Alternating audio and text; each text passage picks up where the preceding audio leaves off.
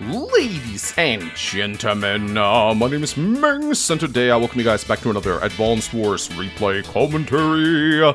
Today I'm bringing you guys another one of my live games, because you really seem to enjoy the last one I did against Poland, so I was like, yeah, let's do another one. And this game is actually really fresh. I got done playing it just a few hours ago at the time of making this video, and the moment I finished it, I was like, yeah, I have to make a video about this match, because it was crazy.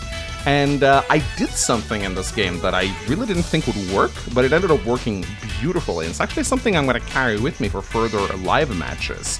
So as you know, whenever I queue up for a live game and I get a tier 1 standard or frog match, I always pick Nell. This tier list is actually outdated. It doesn't show Nell in tier 1, but Nell is available in tier 1 and I absolutely love it. You know, blonde Luxio, need I say more? The thing about Nell is that you pick her, you're going to be fighting an uphill battle because she's not that strong against the other tier 1 COs. She struggles with 3 out of the 4 COs in this tier. Hawk with his global damage, Funbolt and Javier with their defenses, just not something Nell likes going up against. She can take matches against Sasha for sure. It's not like an insta-win or anything, but I feel like they're a little bit more evenly matched because Nell's power meter isn't long enough to the point where Sasha can continuously block it. But it's still a tough matchup if you face a player that knows what they're doing. But I discovered something really cool today that I want to show you guys. So my opponent naturally picks Funbolt because Funbolt is just the safe pick of tier 1, and he's a very popular live CO because you don't really require a lot of thought to play Funbolt. These passively stronger units. You can kind of bully your opponent with your day-to-day power, and honestly, the Ex Machina is pretty scary too. Like, I really think it's scary, especially in live, because you don't have the time to sit around and move planner necessarily and like check where it's landing. You kind of have to wing it.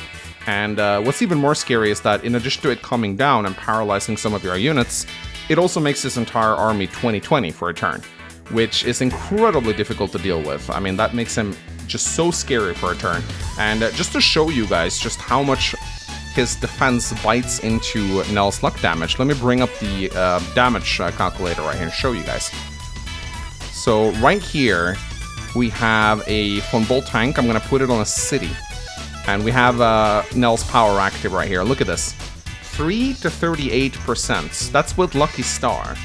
And if you pop Lady Luck, then it's 3 to 62%. So you can see that Funbolt's defense really cuts into luck damage in a really big way.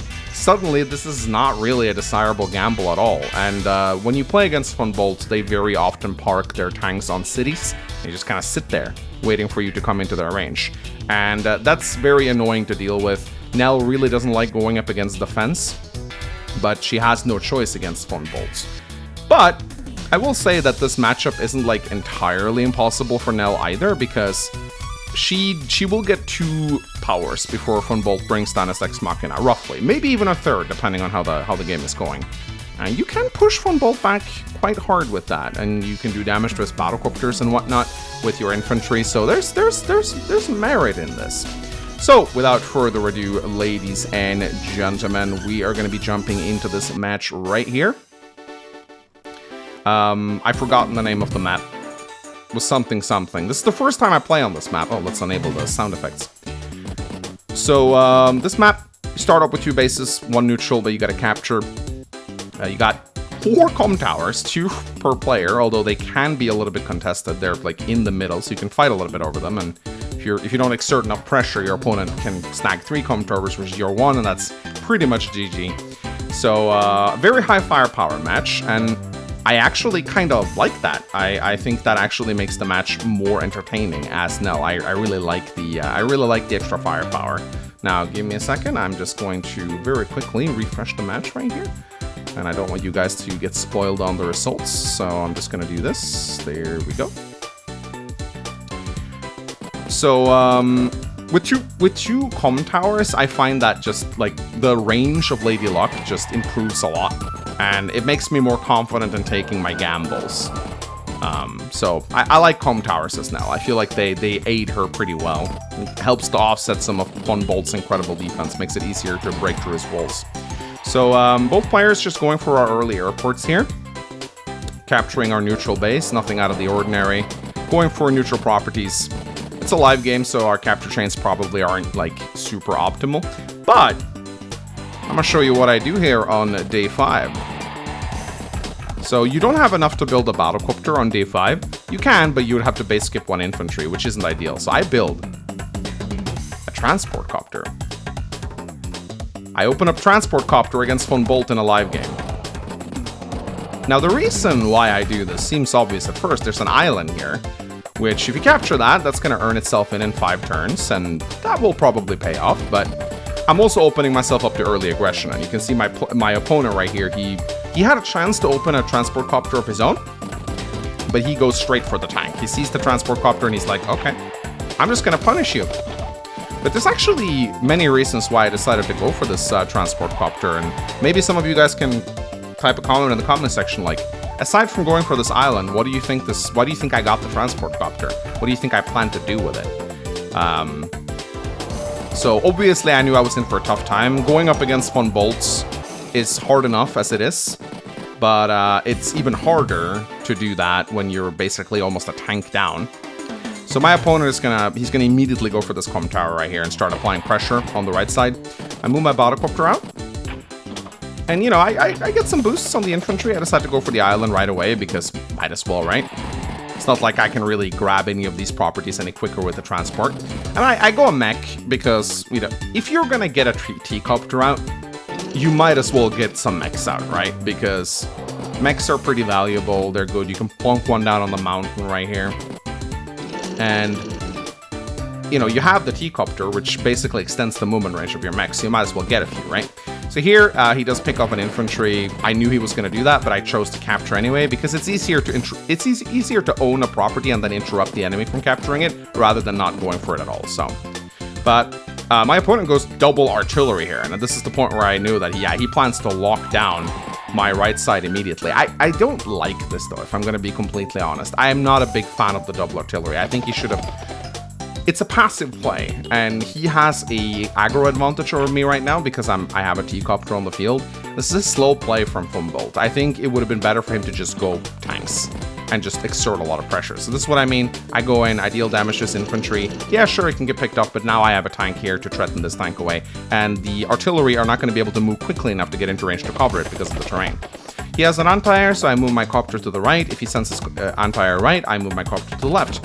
Here, I actually contemplated going for the capture.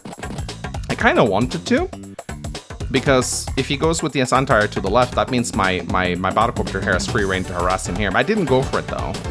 I probably should have in hindsight, but I was playing this a little cautiously because I very often get punished when I overextend against von Bolt in live, and I was trying not to have that happen this time around. Very often what I do is I just rush headfirst into his units and I just get slaughtered.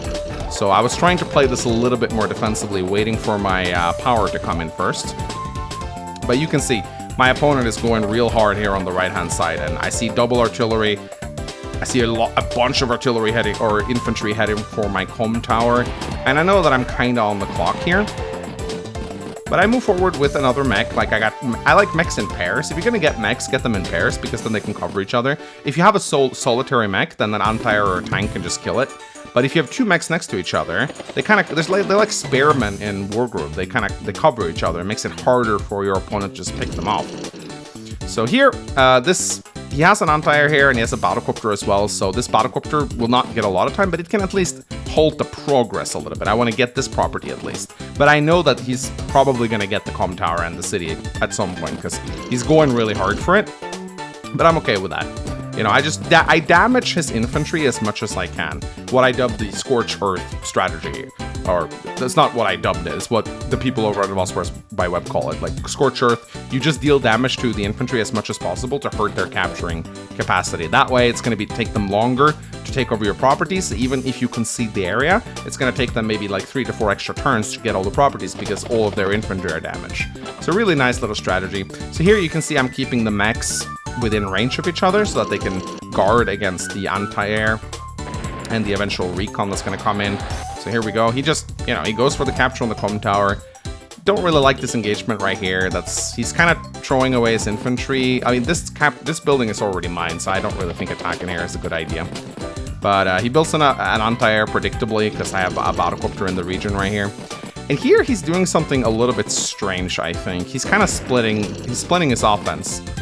And I think this is like maybe one of the first big mistakes he does in this match is he goes for this area and he also goes for this area. I have a majority of my units right here. I don't have many forces here at all. I'm basically conceding this area. I'm just playing stall tactics. And he's like, he has half of his army here, half of his army here, but he's still attacking on this side, which is not a good idea. Tries to get an interrupt here. It's not going to work. 1 HP infantry is probably not going to interrupt. I would actually like to...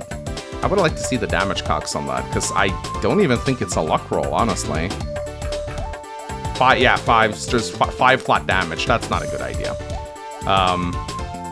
Oops, looks like wait, how do we do this? That's how we do it. Skipping a turn like that, and we're gonna have to do this again. My apologies. Sight still isn't perfect, ladies and gentlemen, but I'm hoping it will be at some point. All right, so it's my turn, and I'm feeling pretty good about this. I know that I won't be able to stall him here forever, but I'm gonna try. And here I'm actually feeling pretty emboldened to go ahead and attack. Because I got 2 mechs, I got a tank, got a bunch of infantry in the region. I'm threatening his comm tower now. I'm gonna bring in my infantry on this island right here. And I got a medium tank on the way, which is gonna be very difficult for him to deal with. Doesn't matter if he has extra defense or offense if I just out-tech him.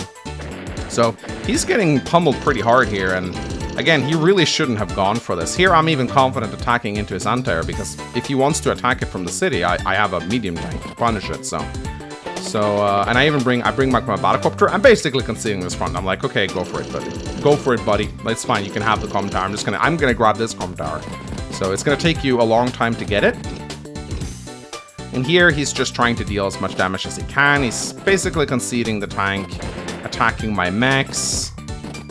All this is fine, I think. It's alright. Another artillery. I really don't like this play. You don't want to... This guy was way too fond of his artillery. 3 artillery in a live game. That is spicy. But predictably, my tank comes in. Boom. And I immediately pop my lucky star. Because I see a lot of good engagements here. First, kill the anti-air. That's nice. I tried to take a bit of a gamble with the battlecopter. It didn't really pay off. And I just, 3-9, pretty nice. It's basically extra firepower. That's how you should really look at it. But not the best. I only do 5 damage, so basically no luck at all. So a little bit sad about that. But I am bringing my infantry in. Not the best.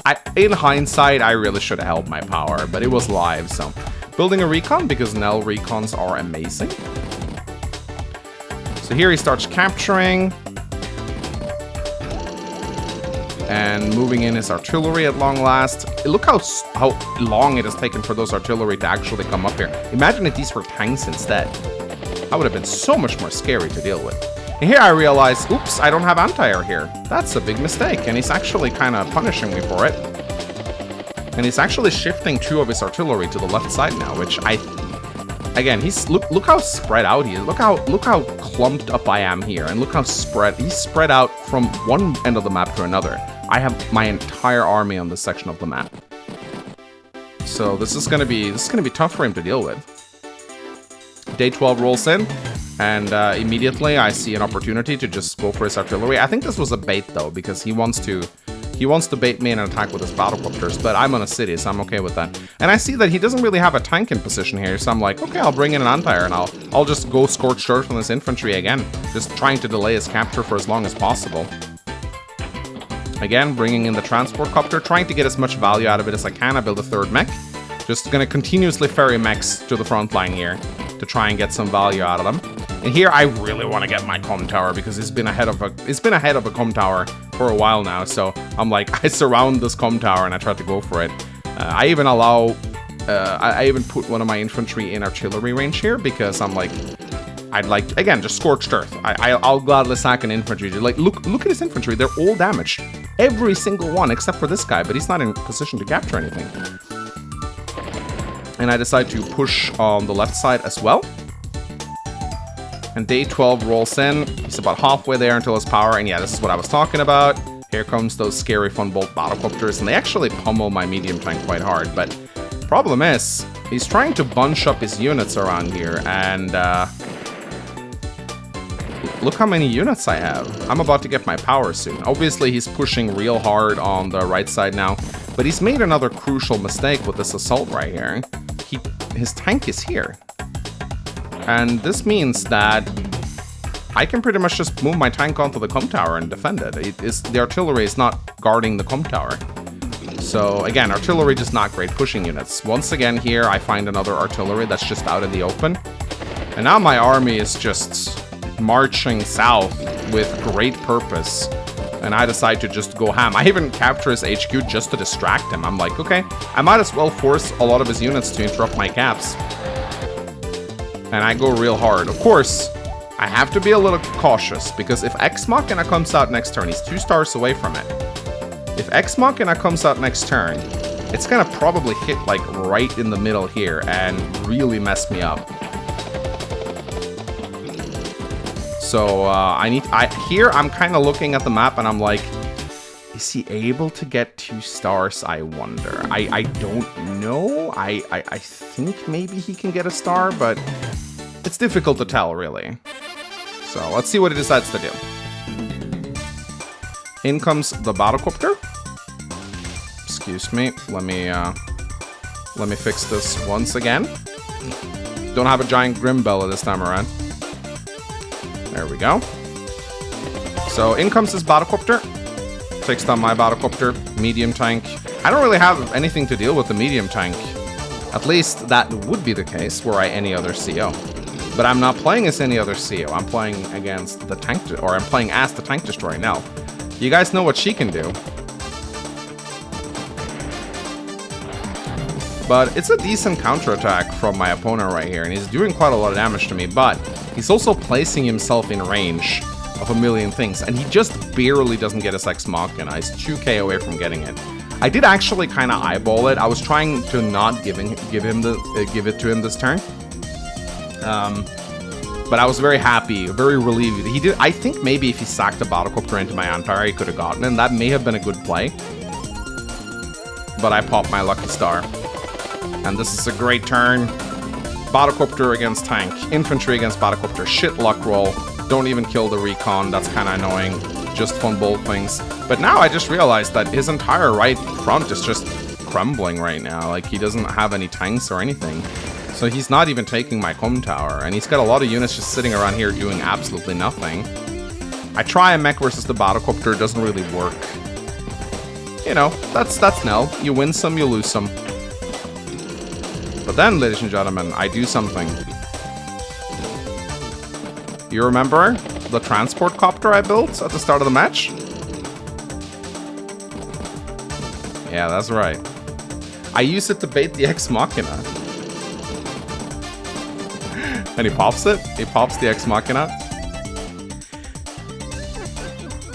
And I soak it with the transport copter, and he immediately resigns. So I was really happy about that. So I bought the transport copter purposely at the start of the match because 1, I was able to get it day 5 and still get 3 infantry. And 2, you know, it gave me an island property, which, you know, we're in day 14, so that has given me, I mean, I captured it on like day 7, so it gave me like 7k income, so it earned the transport in. I used the transport to transport multiple mechs to the front lines, which did help out quite a bit. But most importantly, it's very easy to soak an Ex Machina when you got 5k of transport that you can use to soak it. A medium tank, an infantry, and a transport copter, and boom, it's very easy to make sure the Ex Machina goes where you want it to go and not in the middle of the conflict. Because if Ex Machina hits in the middle of the battle and like paralyzes 5 of your units on the front lines, then it's GG. Like, you're not coming back from that. Von Bolt can then just move his artillery in range and just shoot down your army next turn. But with that one transport copter, it becomes a lot more manageable. You do need a medium tank, and yes, I do base lock myself for a turn, but it's absolutely worth it in my opinion, because you just want to get that paralyze away from the front lines. And that's why I open up a transport copter. And so in future games where I play against Von Bolts, I will absolutely open up a transport copter if it's a good map for a transport, because I can then use that transport to bait the Ex Machina, which is one of the big problems I've been having against Von Bolt players. Now, against a more skilled opponent, I think this guy was like 1100. Against like a super skilled opponent like Poland, I would never dare to open Transport Copter because I wouldn't gotten punished. I think the fact that my opponent opened up double artillery, it definitely alleviated a lot of pressure. Again, just imagine if those 2 artillery were tanks, I would have been wiped out on the right-hand side. But I still like my chances in this match, and I think Nell is a pretty decent pick here because it's hard to get out a medium tank in this match, and if you do, it can get picked off very easily by her infantry, so you see how strong Nell can really be when she pops those luck powers. I didn't really have the best lucky stars, honestly. Like, my lucky stars were mediocre. I got some kills with them, but they weren't amazing, but I still managed to pull ahead, so. Anyway, ladies and gentlemen, I hope you guys enjoyed this replay commentary. Let me know if you want to see more live games. Like, comment, and subscribe for more Advanced Wars replay commentaries. My name has been Mengs, and I'll see you guys next time. Bye-bye!